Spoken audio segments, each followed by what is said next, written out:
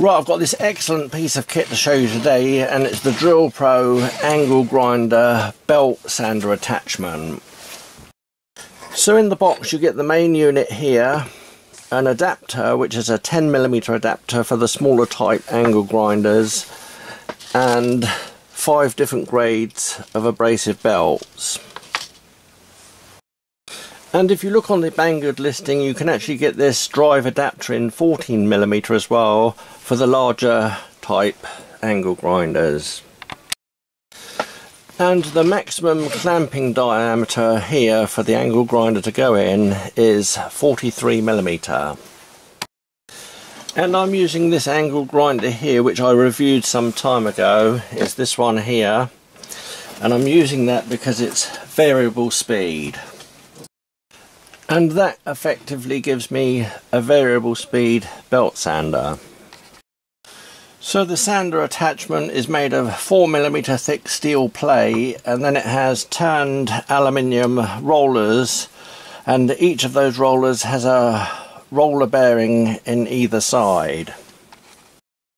It has a very strong spring to put tension on the belt, and there's no need for any adjustment on that.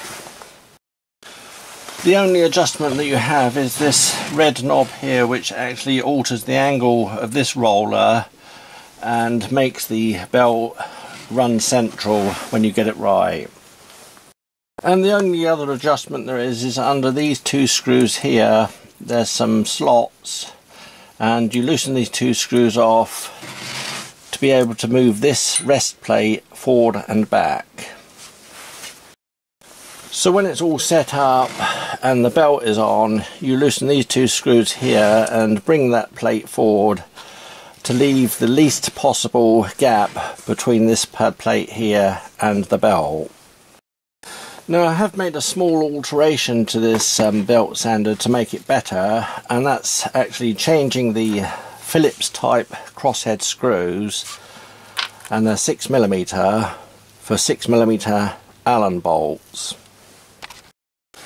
And the Allen bolts actually screw into this plate here as well, and I've left them a bit longer, and I've put a larger washer on the back and a stainless steel nut on there to lock it when it's positioned correctly. And being able to use an Allen key rather than a crosshead screwdriver makes it so much easier for adjustment and tightening up. And they did have a long crosshead screw in this locking collar here, and it was particularly difficult to actually get a screwdriver onto that one because this arm here is in the way, and having the stainless steel Allen bolt makes that so much easier to tighten up and put a little bit more tightness actually on that bolt. The lower plate has 2 8mm threaded holes, so you can actually secure it to a bench, or you can just use a couple of self-tappers down through there like many people do. So the angle grinder is pushed into that collar. Just undo that one a bit.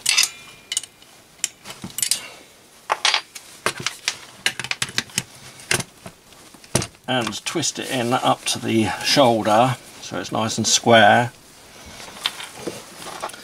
and then tighten that Allen bolt down.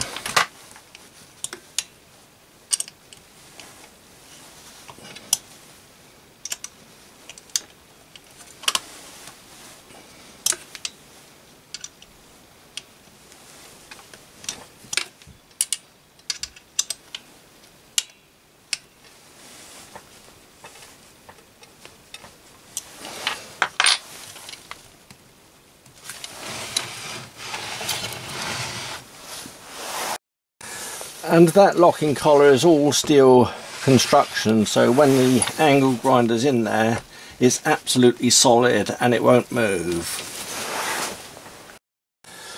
So next I have the 10mm threaded drive adapter, and that one just screws onto the angle grinder thread, and tighten that one up.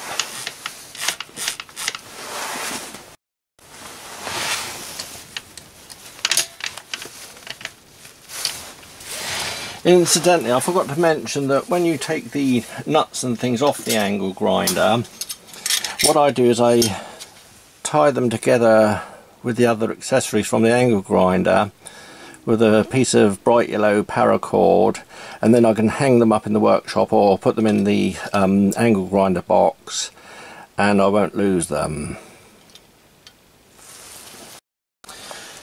So next I choose the actual coarseness or the grit of the actual belt that I'm going to use. This is P180, so it's quite a rough one, and if you look inside you'll always find an arrow or maybe 2 or 3 arrows depending on where this was cut off the roll, and that indicates the actual rotation, the way it's got to go.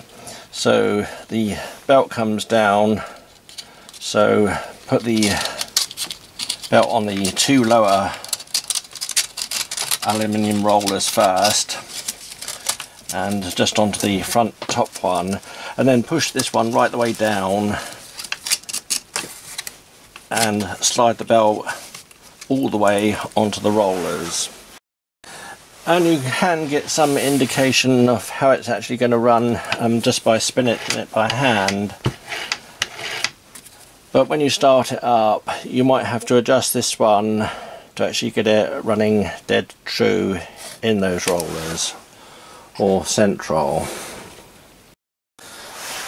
So I put my angle grinder on the lowest setting and start the one up.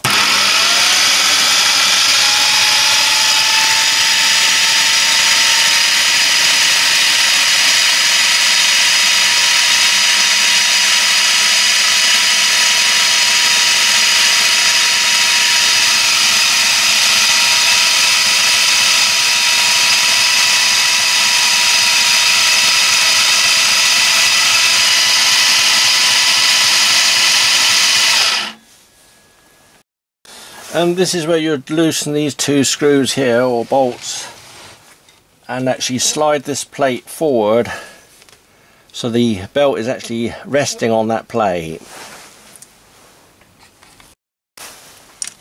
So I've just loosened mine off, and then I can actually slide that one forward now so that it goes on the back of the belt there. You don't want tension on it, you just push it up against it and then lock up the screws. And it does, like I say, just screw into that plate, but I've put nuts on the back there as well so that I can actually lock it all in position and there's no chance of it vibrating loose or whatever.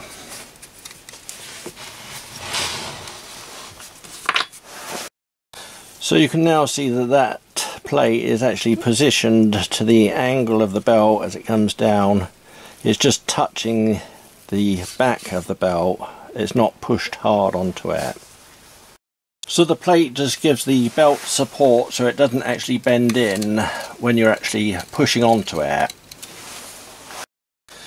And it also narrows the gap between this plate and the belt to stop things from being dragged down in between. I could actually adjust this a bit more to take it in a little bit closer.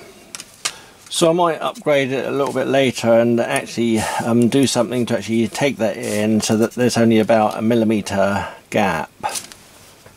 After adjusting that plate, it's best to check the tracking again.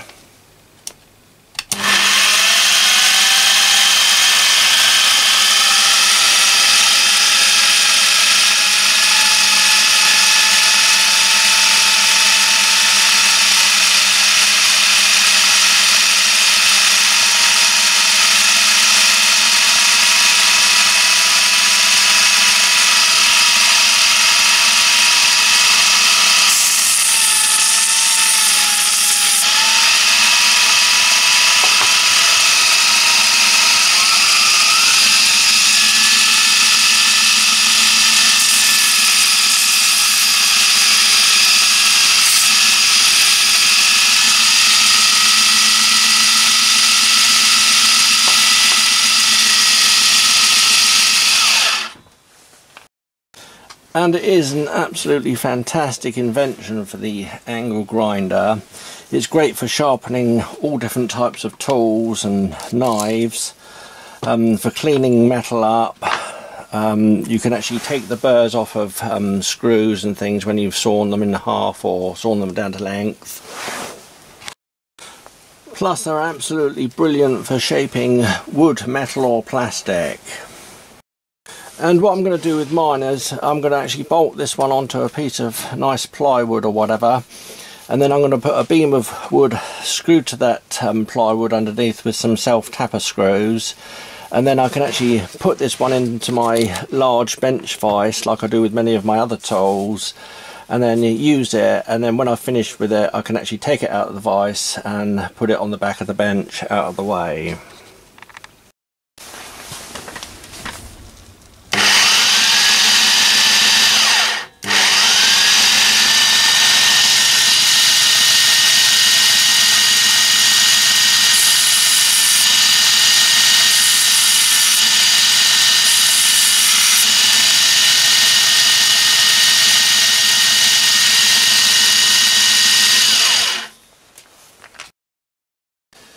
So I think it's an absolutely fantastic piece of equipment, something that I'm going to be using a lot in my workshop, particularly for knife making and shaping metal, and I think it's well worth the money.